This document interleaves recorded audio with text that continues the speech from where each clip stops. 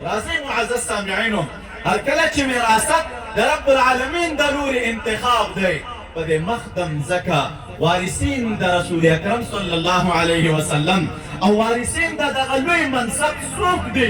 حدیث د بخاري دی. رسول الله صلی الله علیه وسلم فرمایي العلماء ورثة الانبیاء، علما د انبیاء کرام وارثان دي. هر څوک وارث د رسول الله صلی الله علیه وسلم نشي جوړېدلی. منصب د وراثت د رسول اکرم صلی الله علیه وسلم دا علماء ته پاتې دی او دا ځان سره یاد ولرئ. امام رباني رحمت الله علیه په خپلو مکاتیبو شریفو کې په متعددو مواضعو کې دا وضاحت کړی چې دا منصب د وراثت چې علماء کرامو ته پاتې دی او وارثان د رسول الله صلی الله علیه وسلم چې علماء کرام دي، دا وراثت بیا د هر عالم وظیفه نه ده، بلکې محبوب فرمایي العلماء ورثة الانبیاء، علما څه خاصه طایفه ده په دوی کې چې هغه د رسول الله صلی الله علیه وسلم وارثان دي او هغه خلک څوک دي چې نبی علیه السلام هغوی ته خپل وراثت سپارلی یا په مخدم ځکه باندې زه ورته د وارث په صفت باندې پېژنم.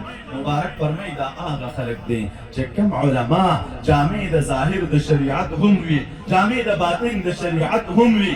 الله تعالی د شریعت د ظاهر نم برخه ورکړې وي، الله تعالی د شریعت د باطن نم برخه ورکړې وي. باطن د شریعت څه معنا؟ معزز سامعینو دا یاد ولرئ، علما زموږ لیکي روایاتو کې دا راځي لکل آیة ظهر و بطن. د قرآن کریم چې څومره آیتونه دي دوه اړخه لري، یو یې اړخ د ظاهر دی، یو یې اړخ د باطن دی.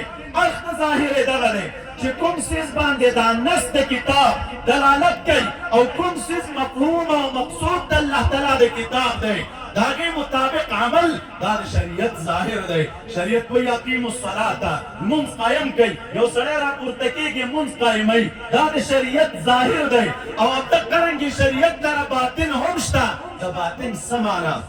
باطن دا معنا نه لکه څنګه چې په دې امت کې یوه ګمراه ډله ده په دې صوفیو کې په نوم د باطنیو باندې، په دې باطنیو اهل حق صوفیه کرام ردود لري، د هغې خلکو رایه دا ده او د هغې خلکو منشور دا دی، وایي دا د قرآن کریم د آیتونو چې کوم ظاهر مفهوم دی، وایي دا مفهوم مراد نه دی، دلته یوه نوې فلسفه پرته ده، د هغې طرف ته ذهاب پکار دی او د هغې مطابق عمل پکار دی. د همدې وجې نه دا ګمراه جماعت بیا راپورته کېږي او د قرآن کریم هغه باطني اسرار چې دوی ورته وایي خلکو ته بیان د خپل بطن موافق کوي، د خپلو آراو موافق کوي، د خپلې رایې موافقې کوي. زمونږ دا منشور نه دی.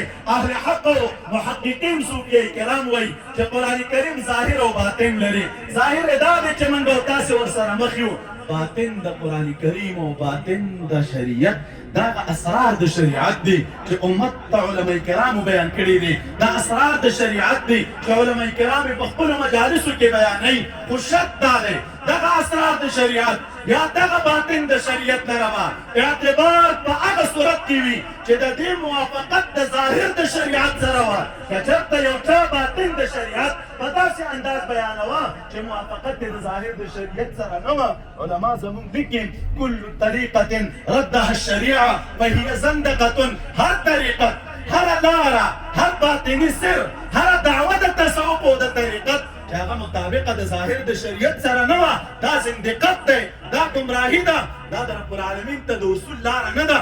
رب العالمین ته به د وصول لاره هغه وي او هغه باطن لره به اعتبار وي چې کوم باطن د ظاهر د شریعت سره موافق وي او ټکر ورسره نه لري. نو د دې وجې نه معزز سامعینو چې شریعت زموږ ظاهر او باطن دواړه لري، کوم یو عالم چې د شریعت د ظاهر نم برخمن وه، د شریعت د باطن نم برخمن وه، دا کامل وارث د رسول الله صلی الله علیه وسلم دی. رب العالمین دې موږ او تاسو ته دا کامل وراثت د نبی علیه السلام په برخه کې